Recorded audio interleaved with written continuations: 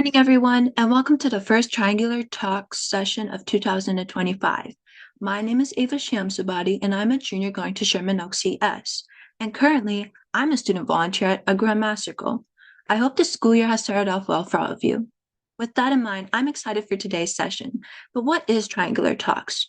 Triangular Talks is a space where students like us get to learn directly from professionals about how they use STEM and problem solving skills at their work. Now, today's session is special. It's something that's on every high school student's mind: college admissions. With all the advice, deadlines, and opinions out there, it can feel overwhelming. Eventually, it's hard to tell what's accurate and what's not, leaving you confused. But our speaker today will help make the process clear with practical insights and guidance. Additionally, I'd like to shout out our awesome student volunteers who have gotten into some impressive colleges this year, such as Ivy Leagues and many of the top UCs. Congratulations to them. With that, I'd like to welcome today's speaker, Ms. Chitra Jayaraman. She's a dedicated member of the Guru Math Circle Board of Directors since 2015 and brings experience as a software engineer with wide interest in health, education, and wellness. Inspired by her own successful college admissions, she has spent years helping families better understand the U.S. education system. More recently, she's been focusing on mental health advocacy, which is important for both students and parents. Please welcome Ms. Chitra Jayaraman. Okay. How are you today? I'm good. How about you? Yeah, I'm good. Thank you. And good morning, everyone, on a wonderful Saturday morning. And thank you for that, Eva. So I'd like to congratulate the students who have got into great colleges this year as well. So I know we have seen so many in the past, and yeah, congratulations to all of those kids.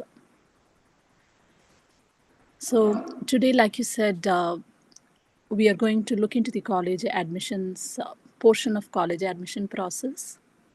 Back in April 2024, we had our first session where we spoke about the entire process. And if people remember, we were talking about the 3 A's of college admission, where each A belongs to a different part of the app process.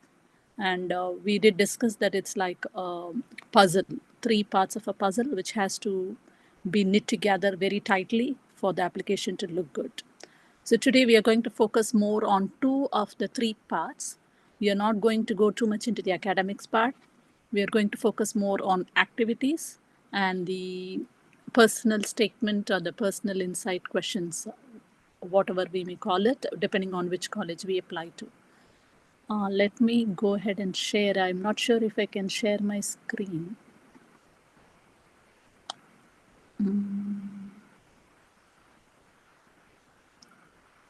I don't think I'm able to share my screen. Can you guys let me share? Can you try now, Sita?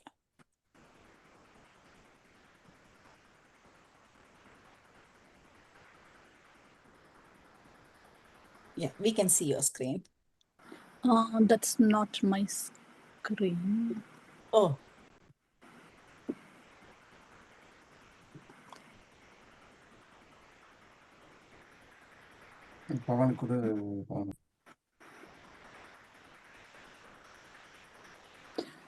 Visa, I had shared it to you, but is it something you can share? I would rather love to share it. Let's ask Pawan.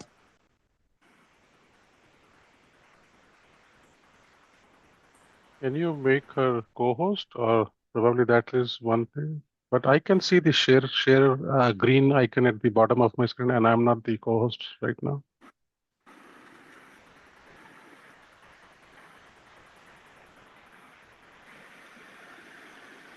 Yeah, I don't see the share button. Can you try, Chitra, again? So You are co-host also?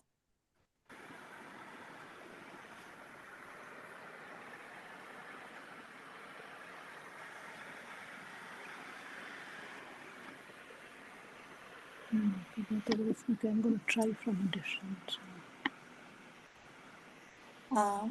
You can share screen. It is the sharing privilege is for all participants. Yep, that's what I'm seeing.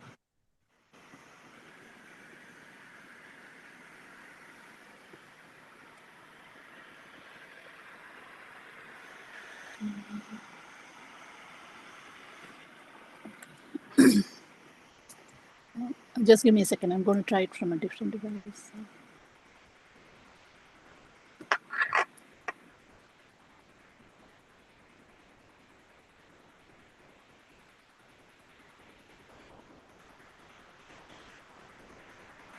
Recording in progress.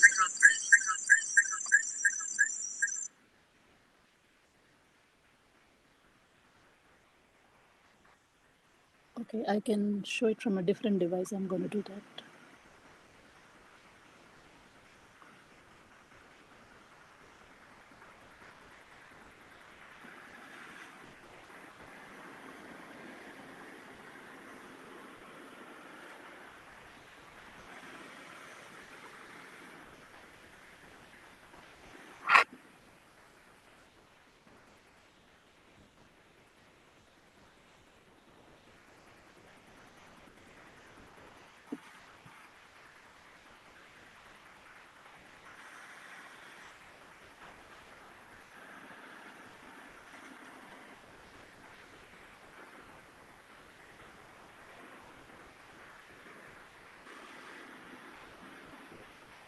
Yeah, we can see your screen. Okay.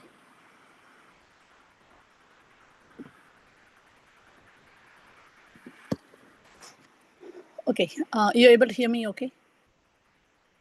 Yes, Chitra. Okay.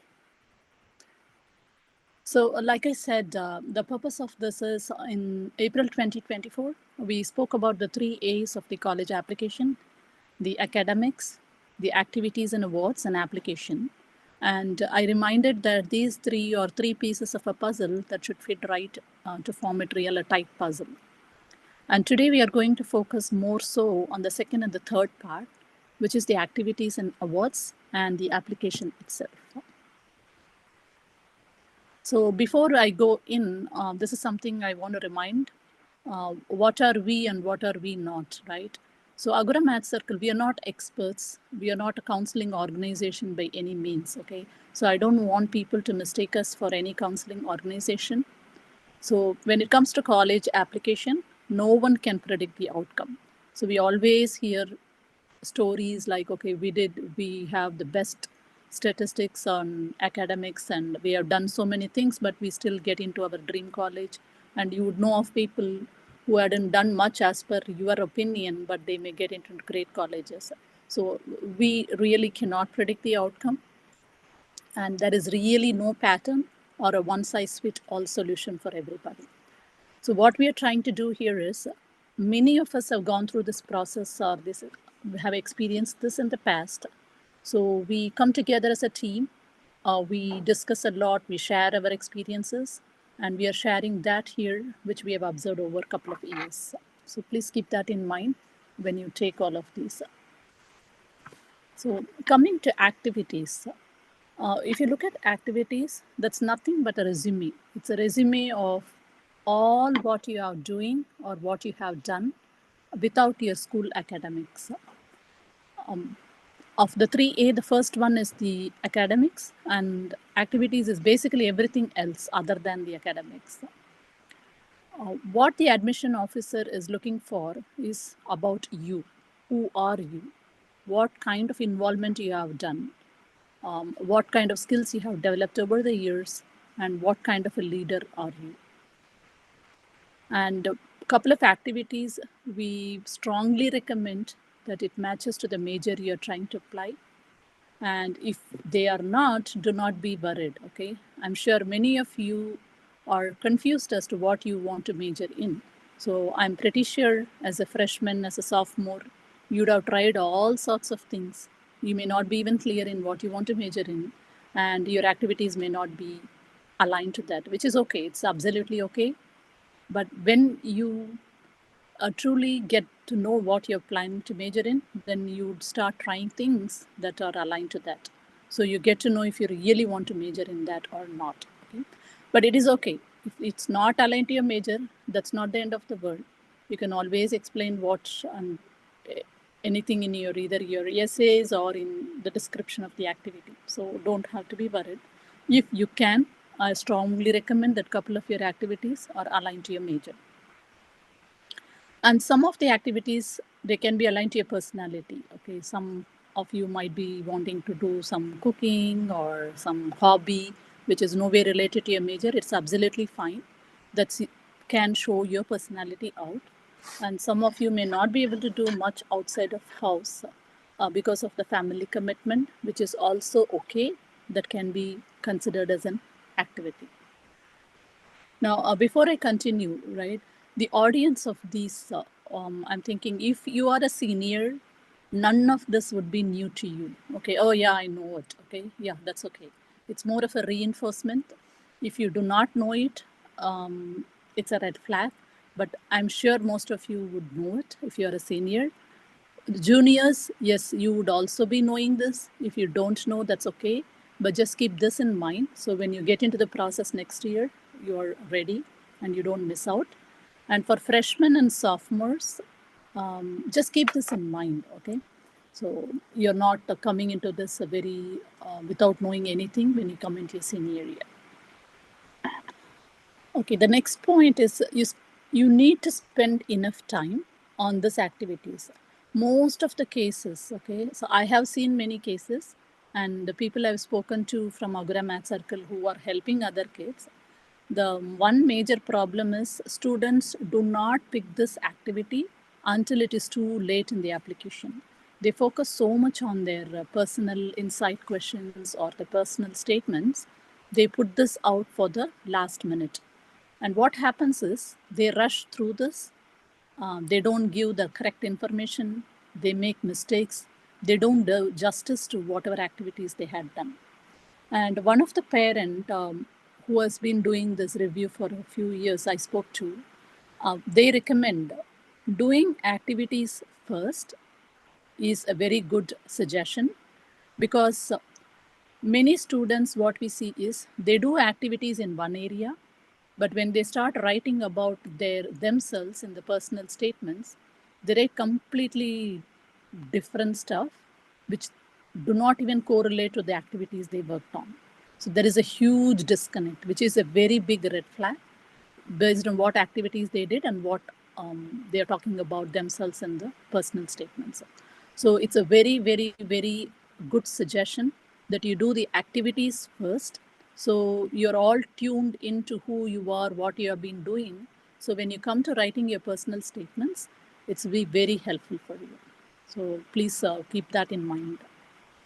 And if you had attended the April session, you should already have a Google Sheet with all the activities you have been doing since 9th grade. So let me just quickly go here. So if you go to the Agora Math Circle website, and if you go to the resources menu, you have this college application tracking. Okay, I'm not going to go there right now. I'll show it a little later. So you have a Google Sheet, which is a very nice template. So starting your freshman year, or even starting last April, if you had start filling that out, lot of time will be saved when you fill the activities list in your application. The next thing is activities. Whenever you're entering the description for your activities, try to use action verbs instead of list of duties. So in most of our review, what we see is the students would write if they have been part of a club, okay, and they have been rising through the ladder and has become the vice president or the president or whatever be that, they would just keep writing, we conducted weekly meetings, we did this, we did that. Okay, so this is how we see the list of duties that they are listing against the activity description. But what we really want to do is, we want to know what specifically did you do in those meetings. Okay, you conducted a meeting, but what did you exactly do in that meeting? And then they would look to see if you're quantifying what you're doing. For example, if you're raising some funds, they would really like to see a number. Okay. They would like to see a number like, okay, we were a 2-person club and I did exactly this. So we grew from a 2-person member to a 20-person member by the time I reached my senior year. So they really are looking at specific details of what you were doing in that activity. And they were specifically looking at some quantification of what had happened there. Okay. So just don't start listing things like I did this, I did that. So most of the case, that's what we are seeing, and that's not a good way to write your activities. And then the last one is the consistency between your essays and activities. This is very closely tied to the first point. Spend enough time and don't wait till the last minute, right? So if we are doing activities first and then doing your essays, you will not run into this issue because you're already tuned to what you're planning to tell about yourself. So just take this suggestion and this would not happen. Also, while reviewing, make sure your essays and activities are tying together. Like again, going back, your second and third A has to be consistent. Next. Avoid acronyms. Okay, so most of the time we see too many acronyms in your school, in your domain. That may be very, very common, but if you give it to me, I may not understand. I'll give you, if you have to use acronym because of the word limit, you should at least spell it out in the first occurrence. So you're setting the stage for the reader that what you're trying to tell them. The other day I was attending a conference and the speaker told us, okay, please save your questions for the last, right? So please don't interrupt and save the questions for the last. And this speaker spoke about SME, and everybody else in the room thought it was a subject matter expert. But it didn't make sense, okay? Whatever research they were presenting, it didn't make any sense to us. And unfortunately, the whole speaker went through the entire 10 minutes. And at the end of it, when we asked them what an SME really meant, because the SME we knew was a subject matter expert. And the speaker said it's small and medium enterprises. So at least in this place, we were there to ask the question to the speaker. But in your college application, it's a one-way conversation, right? Nobody is going to ask you a question. If you're telling something, tell it in such a way that nobody will have a question to ask you back. Or even if they have a question in mind, it is answered back in the very next sentence or within your paragraph, wherever. So just keep that in mind. What you think is normal may not be something other people can understand. This ties very closely to the next point, get it reviewed by someone. So because you are writing it, you think, oh, it's all good, it makes sense, right? But when you give it to somebody who is not in your environment, they would immediately point out, oh, okay, I don't understand what this means, right? So just make it a point to get it reviewed periodically by someone. Here, sometimes I contradict myself, right? I'll say, don't get it reviewed by too many people, okay? That's something I always tell as well. When we start off writing something, we have an idea, right? This is what I want to write about. But if you give it to too many people, each one will have their own opinion and they would start recommending something to you. And if we don't think and we just take it by whatever they are saying and start editing our stuff, you may end up with something completely different than what you started off. And maybe that's not what you even wanted to tell, okay? This applies to both activities as well as your personal statements. So be careful of how you get it reviewed. Don't get it reviewed by everybody. Don't take everything that's being told. Think before you accept anything there, okay? But definitely get it reviewed by few people. And then the other question that always comes is prioritizing the list of activities.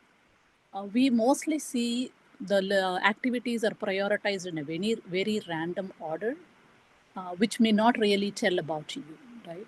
So the thumb rule we say is go for the number of hours you have spent, okay? So the maximum number of hours you have spent should be the activity that should be on the top of the list.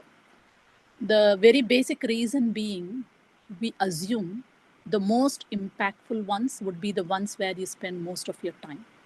That may not be the case for some of you. very few. Okay, mostly that would be the rule.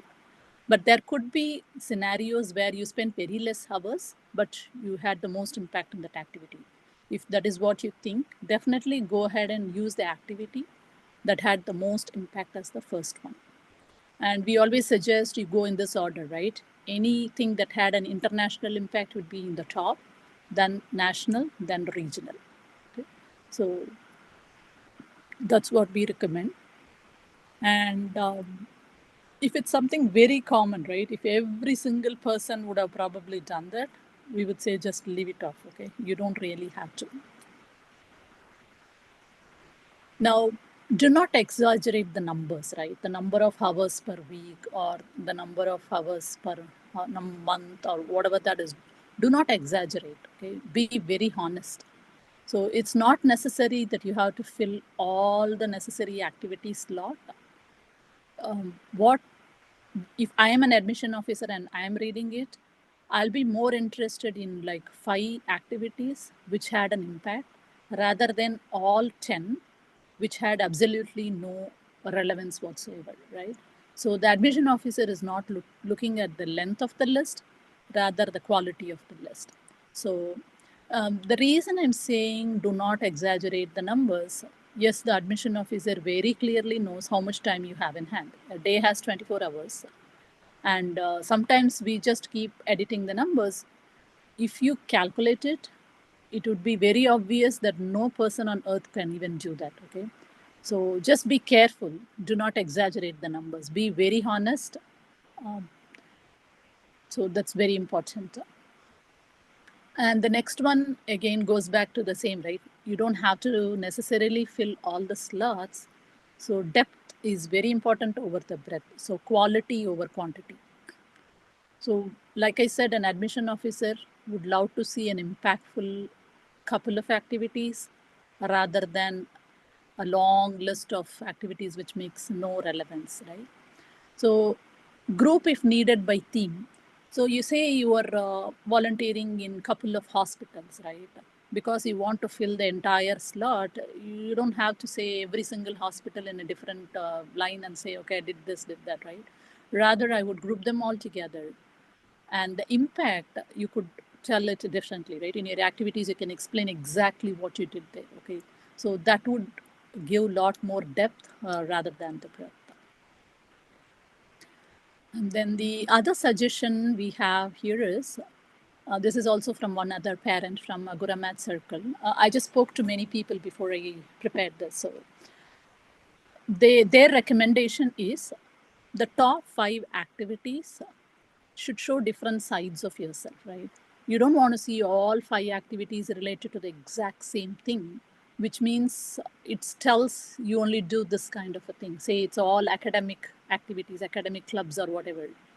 This kind of gives an impression that you can only do academic stuff and nothing else. You don't have anything else. You just stick to that, right? So if you're doing a sport, if you're doing a music, or if you're doing some strange kind of a activity which nobody else, I wouldn't say, I shouldn't use the word strange. I should use the word unique. You're doing a unique kind of an activity which nobody else is doing. So those are things, right? You should give different flavors of yourself in the top 5 activities rather than sticking to the exact same kind of activity as each other, right? That would give you a good idea of who you really are. And the other thing we mostly see, right, when people start writing about the description of their activities, they somehow get into the idea of telling about awards because they may have gotten award because of the activity, but that awards really doesn't belong in the activity section. What belongs here is, what did you really do? What value did you add because of that activity, right? Did you make any impact? That is what is expected here. They don't want to know that you got an award because you did this activity. So please keep that in mind. Do not add your awards in the description of the activities.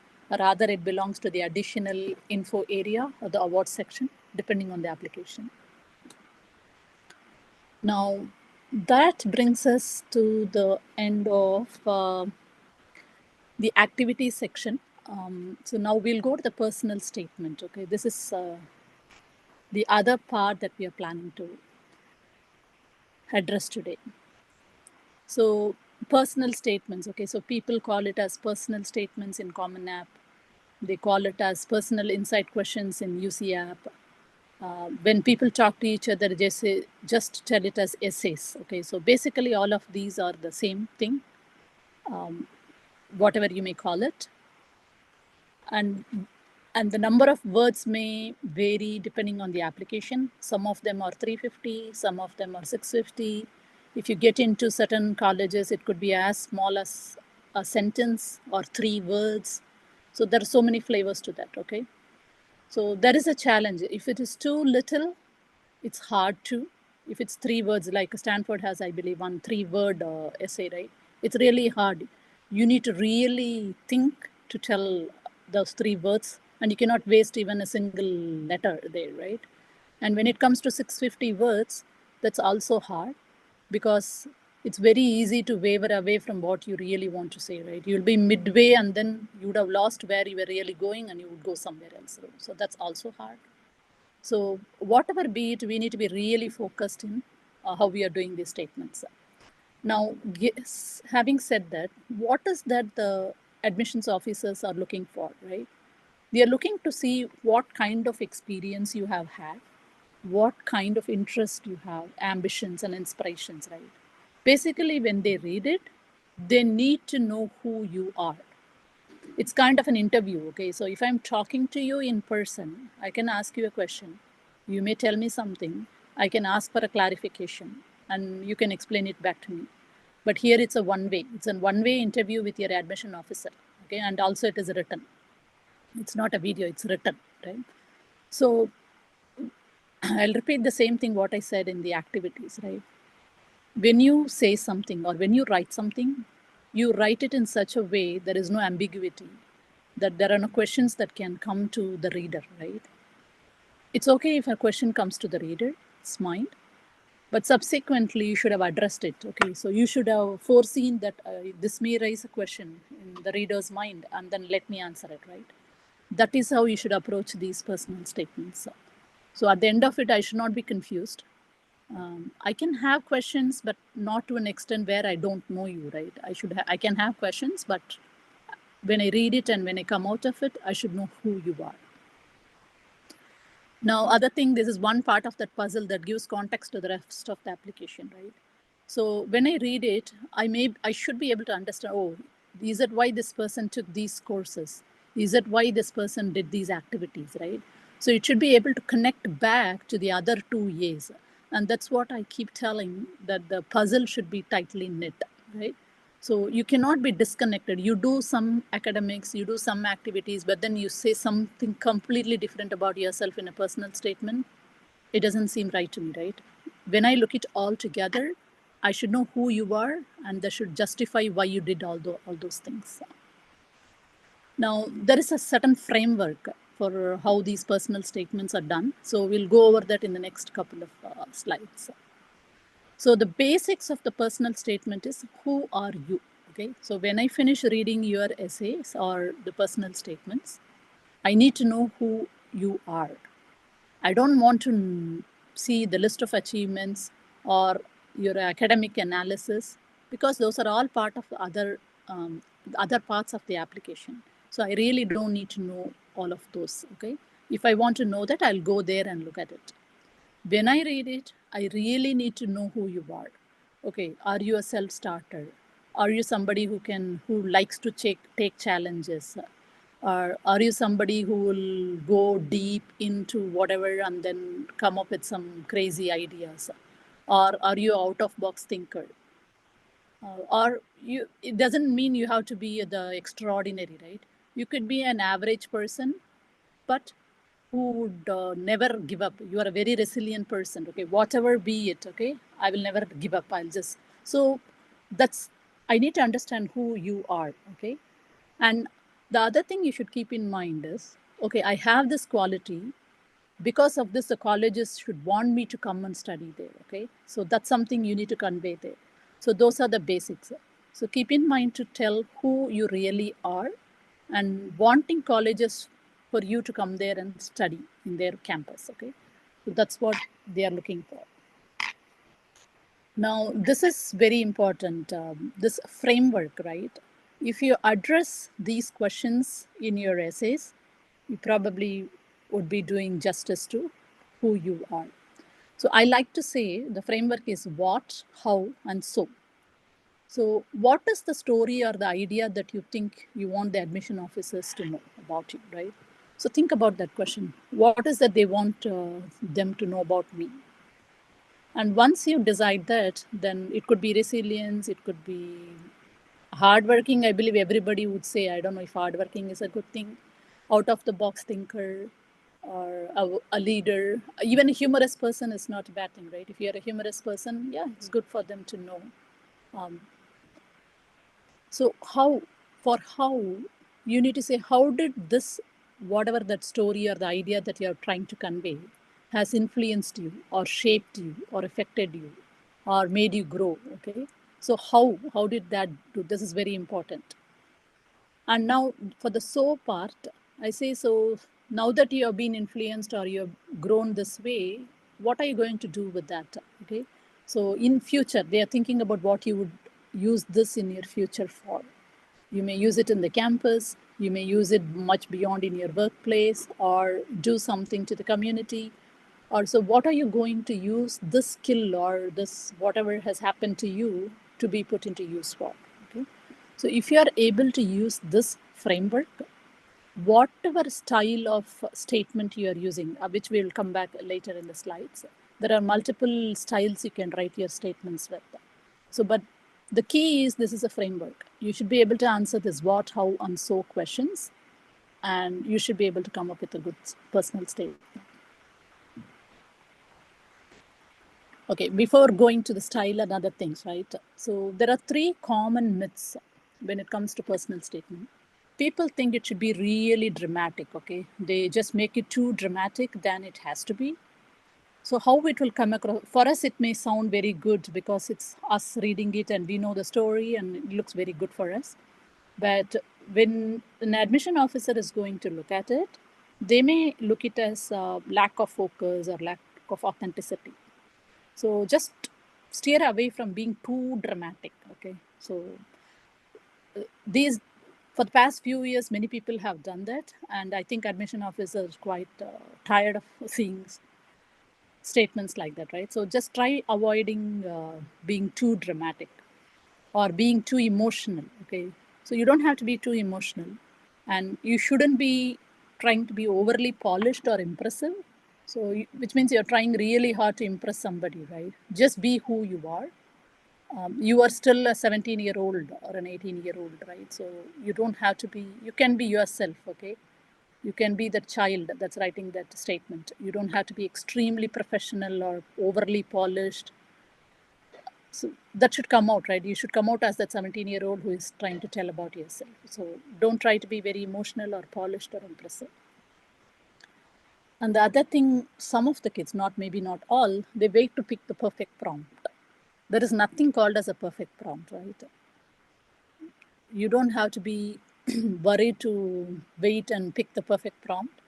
Whatever you pick can become the perfect prompt if you address it the right way. So don't worry too much that you have to pick the perfect prompt, okay? And I have a very good link from UC website. I'll show you a little later. I really like that one.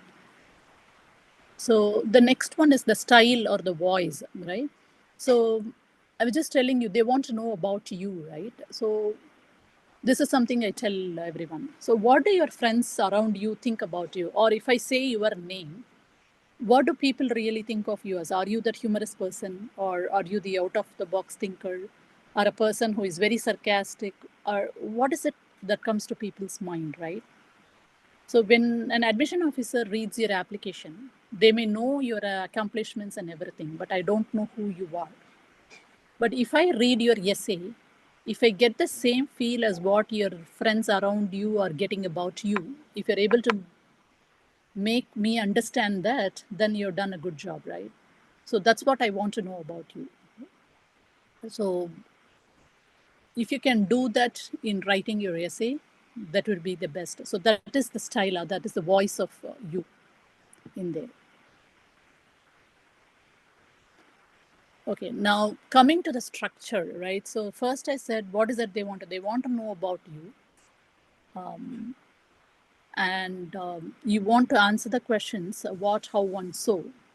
Now, that what, how, and so just tells you what you're going to write about in your personal statement.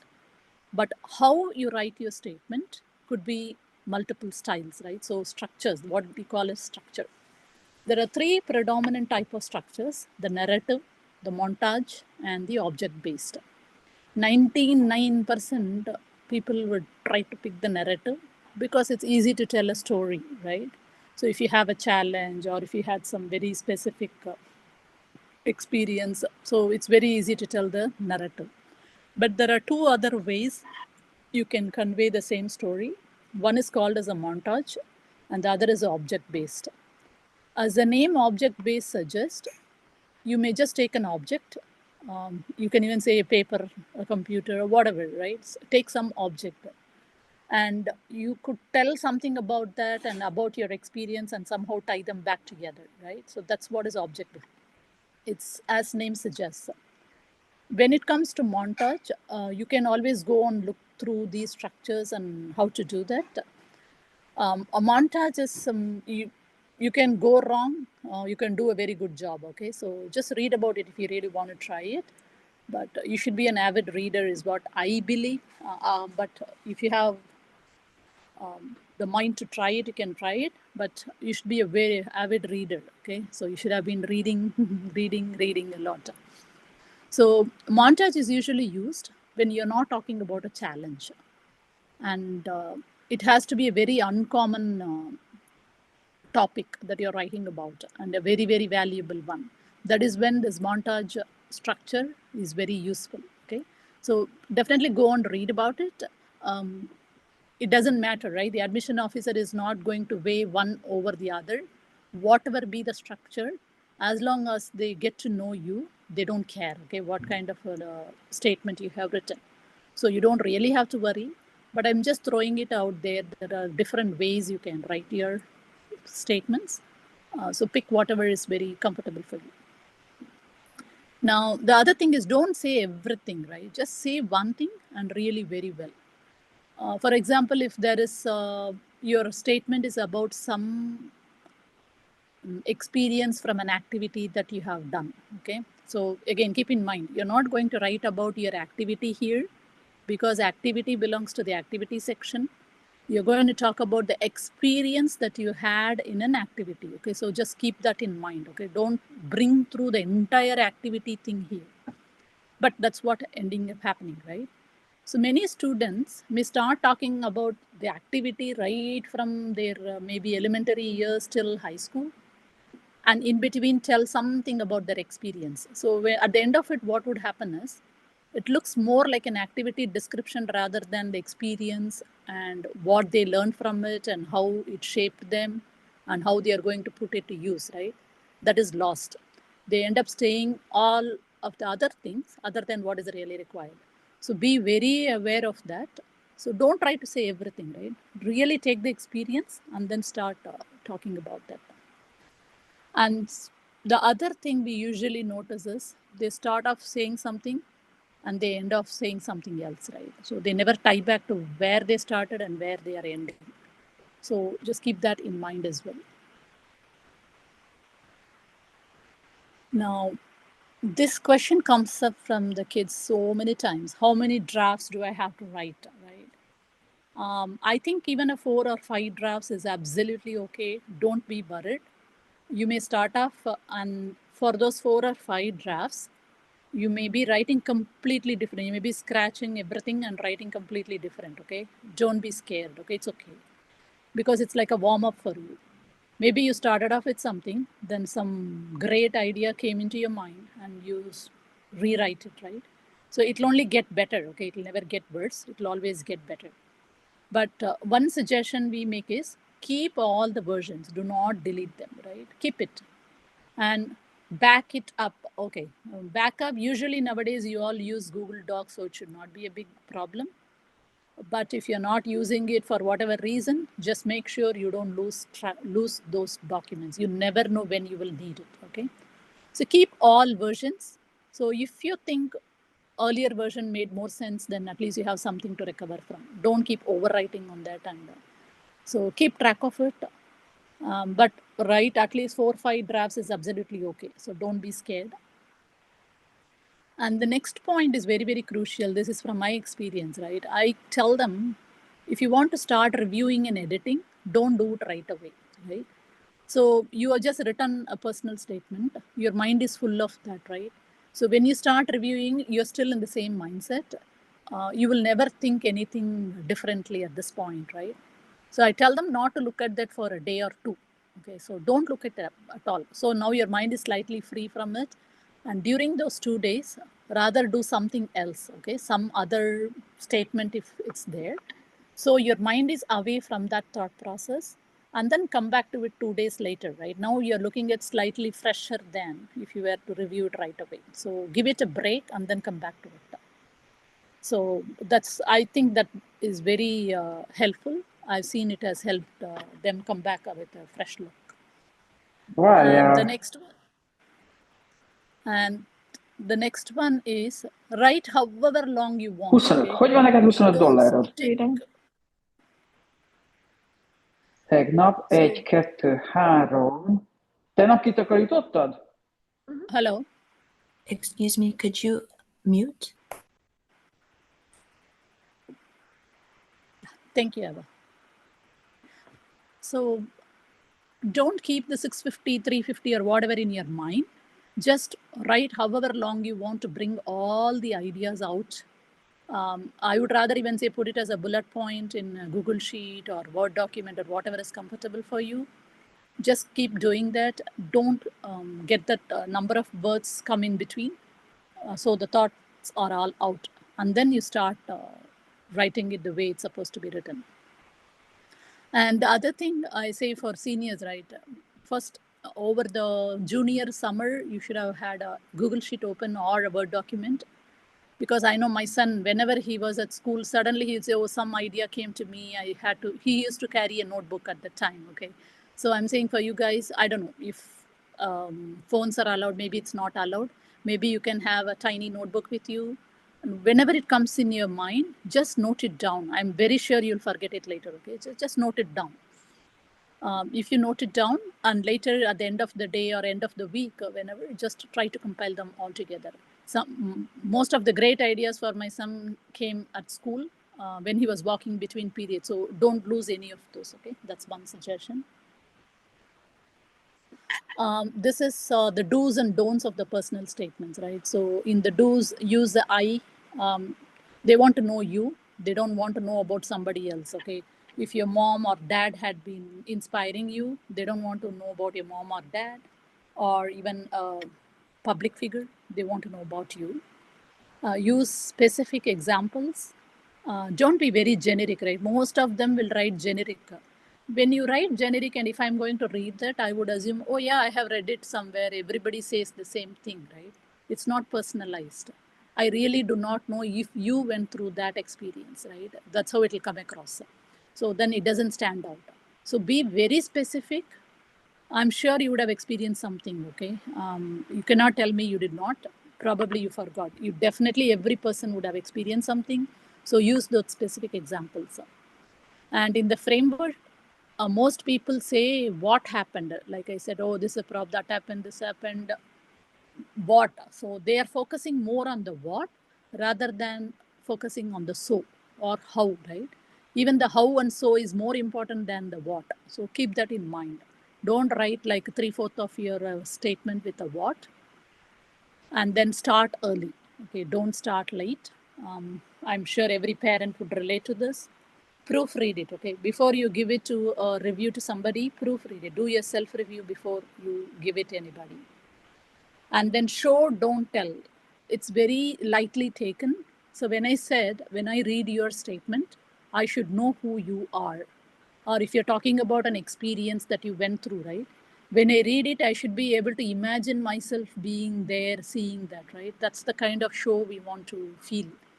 If you just tell, it's like a list of sentences, right? That's not what would really tell the reader. You need to show.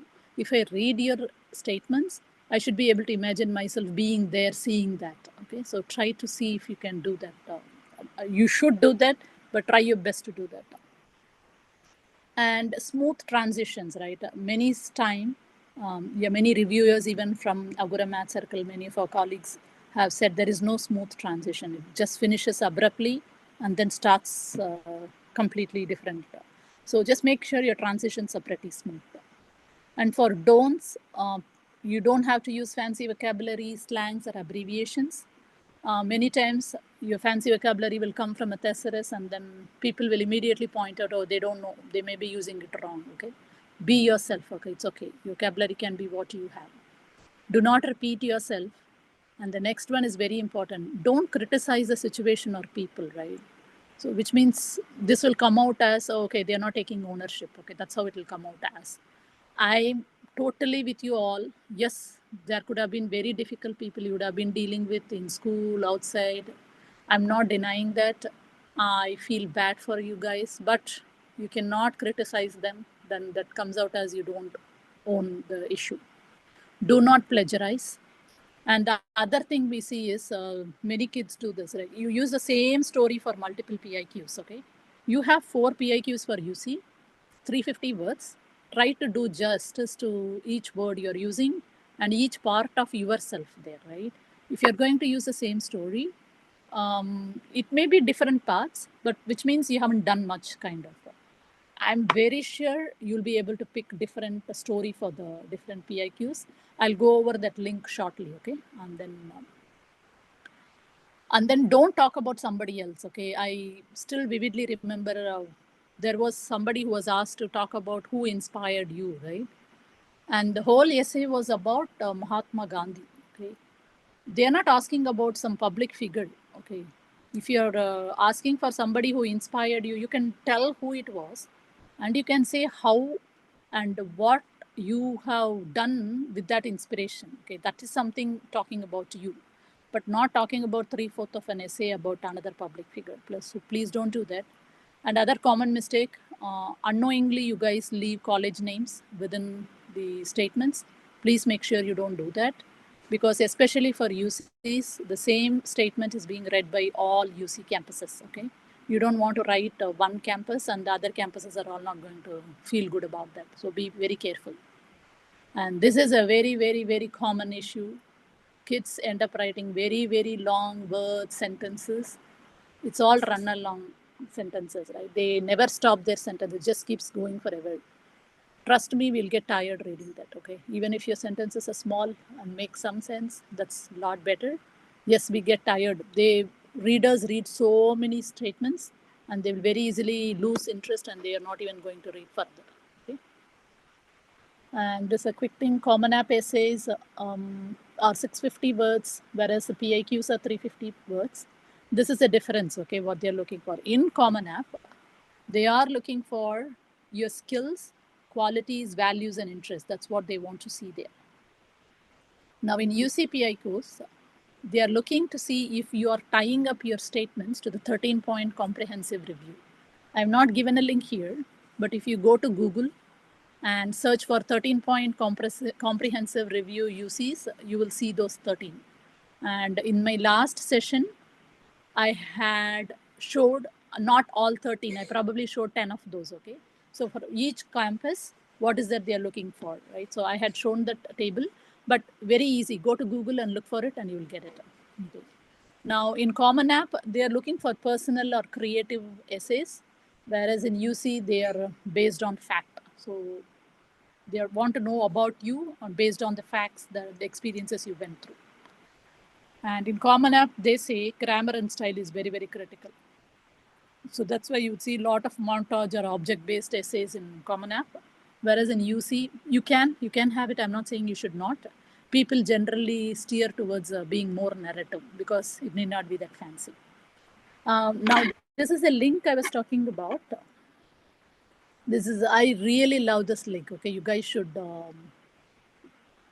I really, really like this. So there are 8 prompts for UCs, right? So for those 8 prompts, this year, I didn't notice this last year. So this year, I really like it. I wanted to come up with an Excel template, so you guys can just fill and easily pick your topic. But if somebody wants to do it, go ahead and do it, and you can share it with my math circle.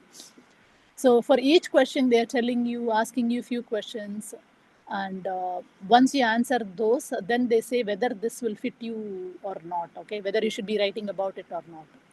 So this may not be as relevant for seniors, but you can go try it out. For current juniors, definitely try this out, okay? This would give you a big idea of what you may be writing about in your UZ prompts, okay? I really, really loved this link. Maybe, I'm sorry, maybe Visa and Kalyan, we can send this link to by email before this PowerPoint is ready, right? This might be pretty useful for them. Yeah, So, sure, we can do that. okay, now I'm almost to the end. So key takeaways, right? GPA is important, okay, but that's not the end of the world. Many students I've talked to, they say, oh, I got a B, I got a C, I got a couple of Bs. It's okay. It's absolutely okay. If you're being genuine, that doesn't really matter, okay? If you have taken a rigorous course, it can happen. If you had a situation in your house, it can happen. You can always explain it to the admissions officer, okay? So I know of great students who got a couple of Bs and even Cs and ended up in top colleges, okay? That doesn't mean they are saying something or lying something in their application. They really had a reason why that happened. And if you can do justice explaining that, you're still good. Don't bother at all, okay? Don't worry too much. And then the data entry is very laborious for academic stuff in the common application. Do not underestimate that, okay? Just do not underestimate that. It takes a lot of time. So don't, as soon as the application is open, start entering it a little bit. Yes, statements are important, activities are important, but please start entering those data. It takes time. And these 2 cents to students and parents, I'm going to come as the last one. I'll just keep it that for now. This is a very important suggestion one of the colleagues had mentioned, right? Kids are already going through a stressful process, okay? So it need not be stressful, but for whatever reason, students make it stressful, parents make it stressful. I'll come to that as a last again. But where kids really get worried is or get so upset is when the college admission results come out, students start asking other students, did you get in? Did you get in? Please, let's not do that. If somebody wants to share where they got in, they would obviously share. If they are not sharing, let us respect it. It is okay if they don't want to share. And I would rather say nobody has to share to anybody, okay? Let us all wait until we decide to commit and just say, I'm going to attend this XYZ college. Let us not say, I got into ABC, I got into XYZ. Every time the result comes, we don't want to have this communication within the students or even parents. And the other way to nicely ask students is asking, instead of asking, where did you get in? Let us make it a habit to ask, where are you attending? So that too in May, after the deadlines have all passed. We can just, if you want to ask, let us ask, where are you attending, okay? So let us make it as a community, I think we should make it as a habit to do this, which would reduce the stress on many levels, okay? So please help us all do this. So this is something I said earlier, activities first. So do the activities first. So it sets the stage for the PIQs. Other thing, SAT and ACT, okay. If you're doing UCs, it doesn't really matter. But if you're doing out of state or public universities, yes, you don't want to be scrambling around with ACT and SAT during your junior or senior year. So try to finish it as early as you can. I think you can do it in sophomore, second half, or in summer of sophomore year. So try to get rid of that as early as you can. The last point is the last, but it's the most important, okay? This may not be applicable for seniors right now, but they can still read. Kids, middle-aged, middle school aged, right? That's when you stop reading. Please don't stop reading. Do a lot of reading. When you need a lot of reading, which will show up in your statements, right? Personal statements. If you want to write analogies and stuff, you need a lot of reading, okay? So please read. And then going back to the 2 cents to students and parents, right? So students first. I know this could be an overwhelming period for you, but you don't have to make it stressful. But I can only say, but you may end up making it stressful. But please keep in mind, you have adults around you who can always help you, okay? You can go talk to them. If you think your parents doesn't know enough for you to help in that area, please, please, please reach out to any other adult within the math circle or any other adult around you whom you trust, just to talk to, right? Just talking helps a lot. So please go talk to some adult. Please talk to somebody from Agora Math Circle. I'm sure there'll be somebody here who can help you, okay? So don't keep it to yourself, don't assume. Please get help from responsible adults. And don't make it stressful, and good luck in the process. Enjoy the process. And parents, what we would like to tell you is, of course, we don't want to do anything harmful to our kids, but we shouldn't be pushing them either, okay? We don't have to push them beyond what they want to do. And the second thing I would say is we should keep ourselves aware of things to the extent possible, how much ever we can, okay? I'm not saying one parent may be able to learn more than what others in the process, okay? It's absolutely okay, okay? So how much ever you know, try to learn how much ever you can, okay? That would be very supportive for the kids, right? So when they come and talk to us, you'll be there to just say a few words, okay? In that way, it'll be very helpful. And if you're not able to do that, that is also absolutely okay. But when they come to you, if you're not able to help, please find another adult. Okay, in Agora Math Circle, there are so many parents who are willing to help you talk through the process. So just reach out to other adults so you can definitely connect somebody with your kid so they don't feel left out, okay? So please keep this in mind, students and parents, we are here if you need any help. Students, if you can't talk certain topics to your parents, please reach out to some other adult here. Parents, if you need help of some other adult to help your students, please reach out to us, okay? That's very critical. And just enjoy the process. I know it could be stressful, but you don't have to make it stressful. And here are the links for today. And I don't know, this PowerPoint maybe shared, maybe Visa can suggest on that how this would happen. I think this is all what I had for today. I hope it may have helped you all. And good luck to all the seniors who are applying this year. And good luck for the juniors who are planning to go through this process very soon. Thank you all.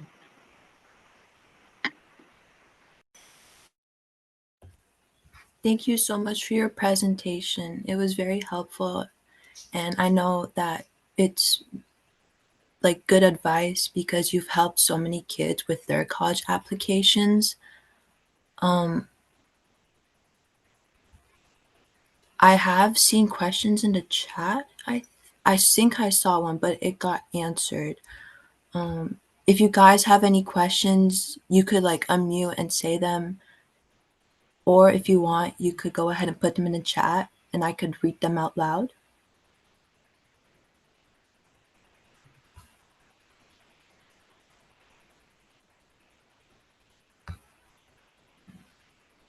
If not, I have some questions.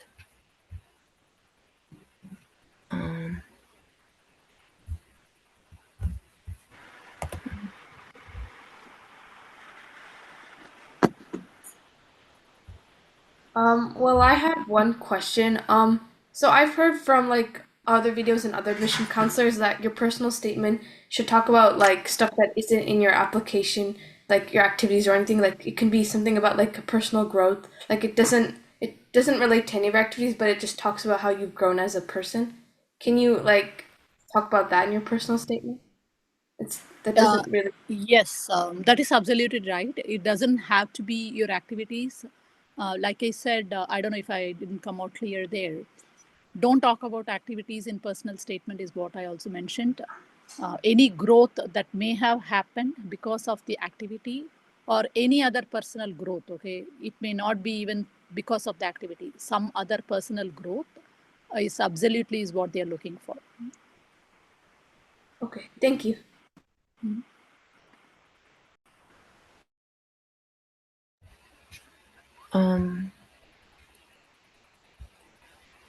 I also have a question.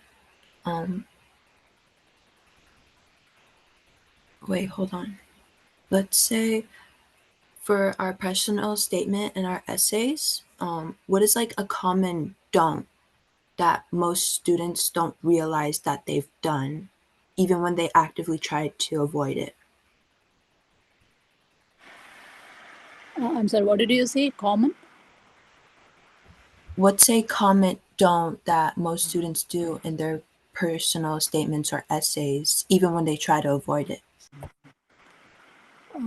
For personal statement, yeah, usually what I hear is like everybody writes about this sports thing, where they will say they had this last 1 minute or couple of seconds, and then they were the one who came and saved it. This what they call it as the cliches, right? So most of the sports students try to do that kind of a thing. So, and then they would say they are the only ones who came and saved some fundraiser thing. So these are very, very, very common, right? And some would say, I'm the conflict, I resolved this conflict. But they wouldn't say how exactly. Okay, this is what I say, talking vaguely. Everybody can say, I resolved a conflict, right? But if you're going to make the general statement, if I am going to read it, I don't know you, and if I'm going to read it, I can quickly say, yeah, everybody can say it, right? If you have specific examples from your situation, that would make it more personalized. So the most don'ts we see is being very vague, not being very personalized or specific. Thank you. Chitra, there is a question in the chat, and they're asking about a student. He's a middle schooler, and he want to know what he can do from now on. Okay.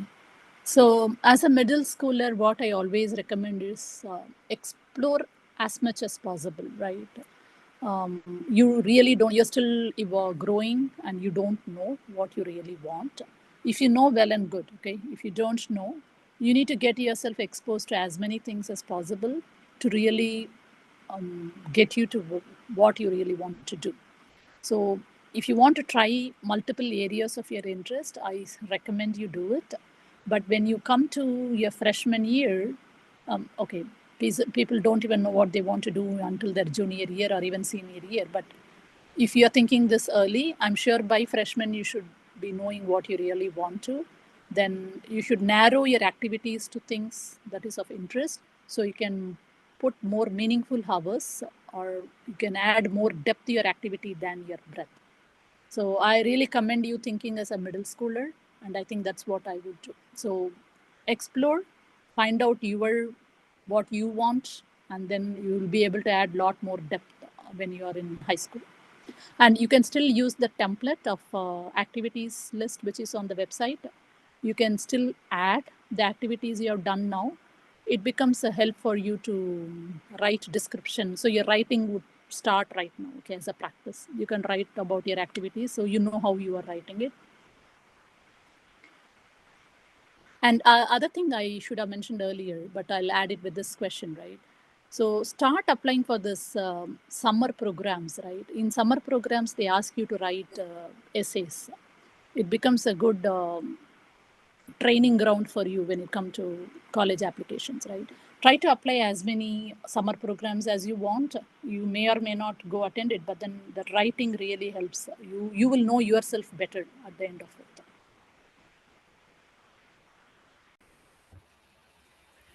Another person in the chat asked, should UC PIQs be a story or just fast-paced?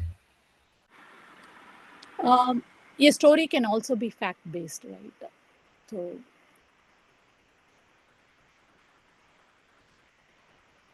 it's going to be based on your factual experiences and stuff, but you can definitely tell it as a story. You need to grab the attention of the reader, okay? That's important. And then when I read it, I should be glued to read it. I should know who you are. with all factual points around your what we are saying. Another person in the chat asked, would joining CJFS clubs help?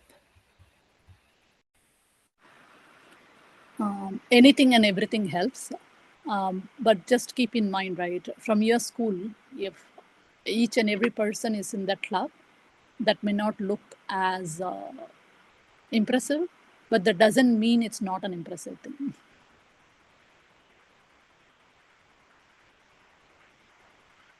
What is a CJSF club?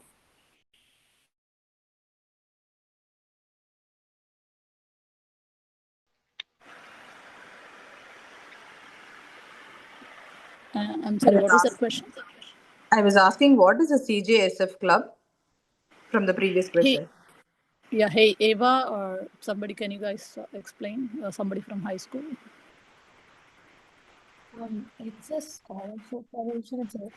Yeah, It's a type of scholarship program in the middle school. And like you do volunteering. Yeah.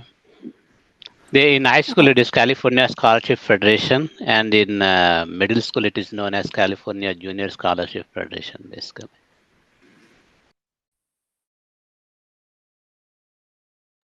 Thank you. Thank you. Another student in the chat asked, are there any specific things which students should focus on in each grade of their high school? There is, I'm very sure each and every school on their own website. We don't explore the website, right? Our school website is more resourceful than we think it is. Okay, it may not be socialized enough. Okay, if you go to your own school website, there will be list of items a freshman is supposed to do, a junior, a sophomore, a junior, and senior are supposed to do. Given month by month, they expect you to do certain things. Okay. So please go look through your own school's website. Yes, there are so many things you should be focusing on. Hey, Chitra, one more point I just want to add. Yes, Sunita. Yeah. So who are all looking for internship researches? So a lot of application around to secure the in the summer, upcoming summer. So watch out, starting October, a lot of applications are open. So we will put soon all the list of links to the AMC site. So watch out all those that if it fits your interest, you should start looking from now actually for 10th graders, 9th graders. Yeah. It could be late for the seniors, but for others, it's really good. Thank you, Sunita. Hi, Auntie. Is this Tanushree? I had a really quick question on, like, I know you mentioned the structure for the UCPIQs, like the what, how, and so. When you have the 350 word limit, how well do you think the structure, like, how do you proportion it? What to talk about, what should get more importance when you're writing it? Could you like fact check this? Yeah, thank you, Tanu. So in the how do's and don'ts, I did mention that you need to focus more on the how rather than the what. So it's the what, how, and so, right? I would prefer what to be as less as possible compared to the how and the so. So being lot more than the what. The percentage is no hard rule. As long as you can convey it in as little as possible, the what should be the least, the how could be a little more, and so could be so and how could be equally proportionate. Thank you, Auntie.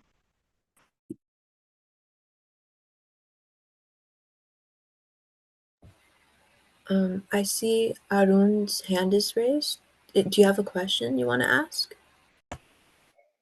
Yeah, so does like any college preparatory courses like contribute to your college application?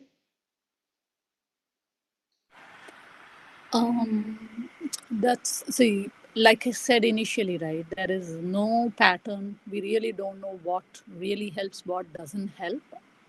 So any experience or exposure you have is going to be beneficial for you, okay? So I wouldn't look at anything as whether it will help me for the college. That's not how I will look at anything. Is it something you're going to enjoy, or is it something that would help you grow? That's how I will look at things.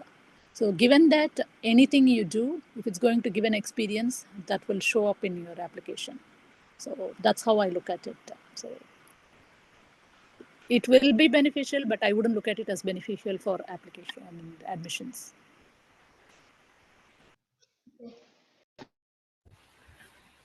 Another person in the chat asked what type of summer programs and how to apply.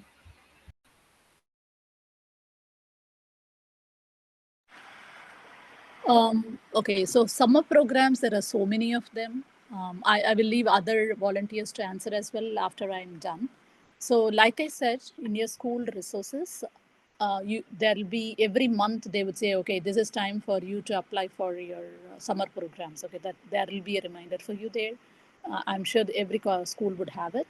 And schools themselves will have a list of programs that they can recommend you to apply. You can go talk to your counselor if it's not on your website. Then you could talk to your seniors. You could do your own Google search. Like Sunita was mentioning, we are going to come up with a list of programs that can be applied. So it's how resourceful you can get, right? It is as much as how resourceful you can get. So there is no one-stop shop to get all those programs. So it will be from your seniors, word of mouth, friends, Agora Math Circle, your counselor, and your own search of interest, okay? So that's how you're going to end up getting all those. I hope that answered your question.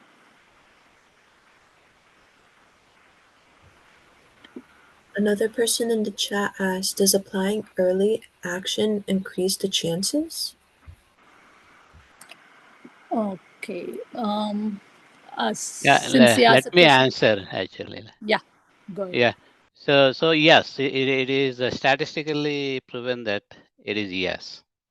The good thing is two things you need to say. Once, basically you submit your application early so that some burden are off you from. The other one is usually they get less applications for early action when compared to regular. So you will have definitely a bit high chances. Moreover, if they can provide you seat at the time, admission at the time, they may defer you to the regular decision too. So you have two chances over there. So yeah, in short, yes, it is.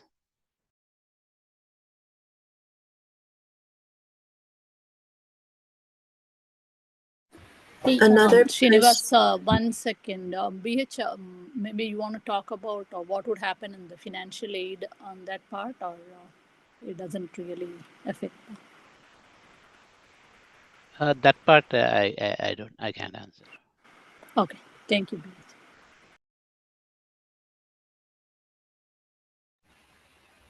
Another question in the chat is, have you heard of Model United Nations?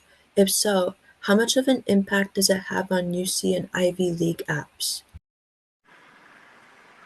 Okay, yeah, Model United Nations is something that so many people do. My kid does it as well. Impact, okay, again, there is no hard, fast rule, but I can tell one thing, right? You as a person may be very different because you do Model United Nations, okay? So my daughter, she learned about so many different countries, so many policies and all those. If she wasn't part of the Model UN, I don't think she would have learned all of those, okay? So there is a growth that I see, okay? So how much of an impact, okay? I don't know, we cannot tell that, but you already see there is an impact, right? As a person, you have developed slightly differently because you were part of it. So whatever you're going to write might have this different outlook of things. So that way, yes, there is an impact, but there is no quantitative impact that we can talk about. Any activity you do, you put your full into it, you will definitely grow in one area of yourself, okay? And that will show up.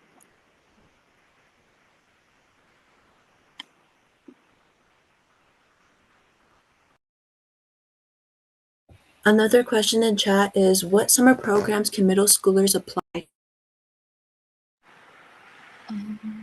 That's an interesting thing. I don't know my children. I did not send them to any middle school program.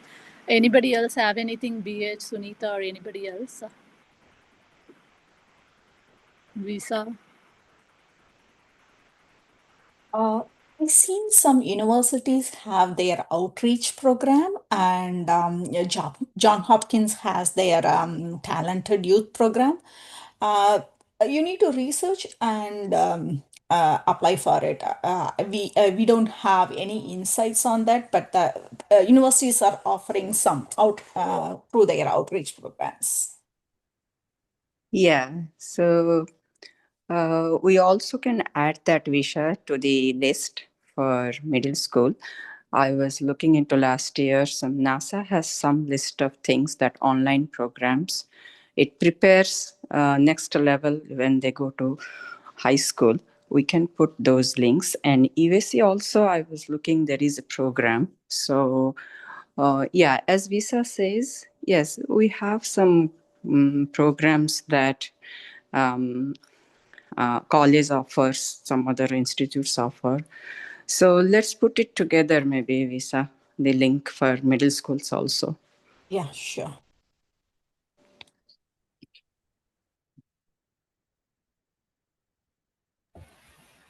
Another person asked how to think about the importance of going to college in a world of AI.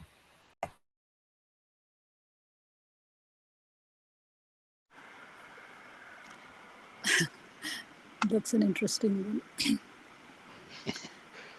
one. Yeah, so AI now, it's the start of AI. Everybody gets so scared. Whenever there is a change, we do get worried. I will let other volunteers to chip in too, but then my thought is right. Education is a lot more variable than anything else. Okay, why did even AI come in? Because of the education people were able to think to get that in here. Okay, so I don't think going to college, we will definitely develop skills which AI cannot provide at this point, right? To develop that, we may have to go to college. Okay, maybe we will go to college and develop something more than what AI has to offer. So I still believe it's important to go to college. Yeah, I can answer with an analogy, Chitra. So we have seen self-driving cars like Waymo, and we have seen a lot of self-driving cars in certain cities, but still people is going for driving schools, right? So even though it is there, it is not that widespread. So we still need to know how to drive in case anything happens, we need to take control of it. Even for that self-driven cars, they say you need to be aware of your driving conditions and you need to take control whenever it is needed, right? So same thing. So right now AI is coming, and you still need to go to school to understand how to use the AI and how to, as Chitra mentioned, education is the foundation for everything. Thank you.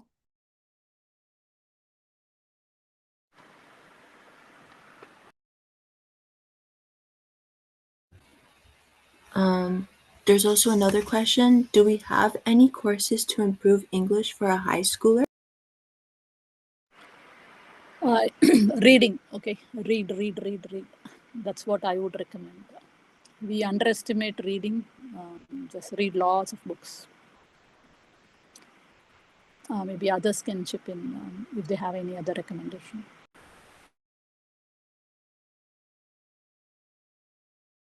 Yeah, reading and writing a little journal every day or every week will help.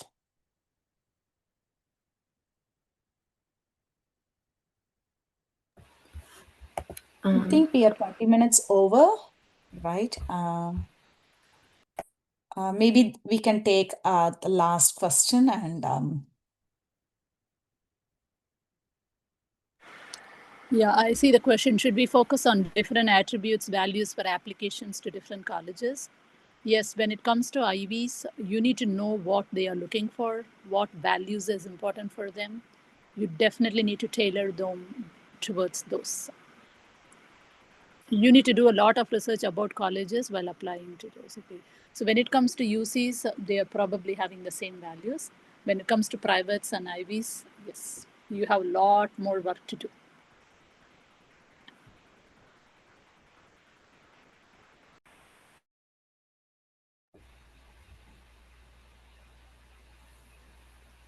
Thank you, Ms. Chitra. Yeah, thank you. Thank you all for your time on the Saturday morning. And I hope I was able to give something to this community. Good luck to everybody who's applying, and good luck to the juniors and rest of the high schoolers. And thank you, Visa, for helping me bring something to this community. Thank you, Chitra, and thank you, Sunita and BH for chiming in, and thank you all the volunteers and students. Thank you. Thank you, Eva.